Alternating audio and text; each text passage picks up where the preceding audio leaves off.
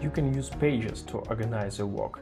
A page is a separate artboard in your file. You can use them to separate some objects by some property or topic. For example, you can create one page for Google banners, another page for Facebook banners. If you create so many banners that Figma becomes working slowly, you can divide your artboard into separate pages and it will be faster. And as you can see in this file, in our working file, there are a lot of pages. We use page for a separate chapter of our course. So here they are. If you click here, you see that they are switching.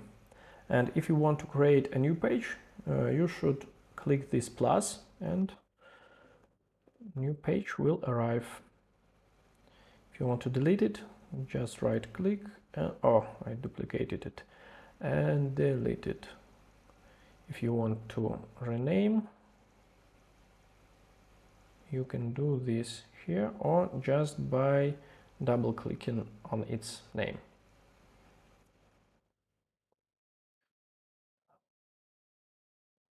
This. So as you can see, this is very useful and very handy to organize your work into pages, because for example you want to hold some of your files on a separate pages. For example, like library, here there are just some files that I use in this course and I want them to be somewhere, so I just created a page library and here we are. I hope you will enjoy using pages in your projects.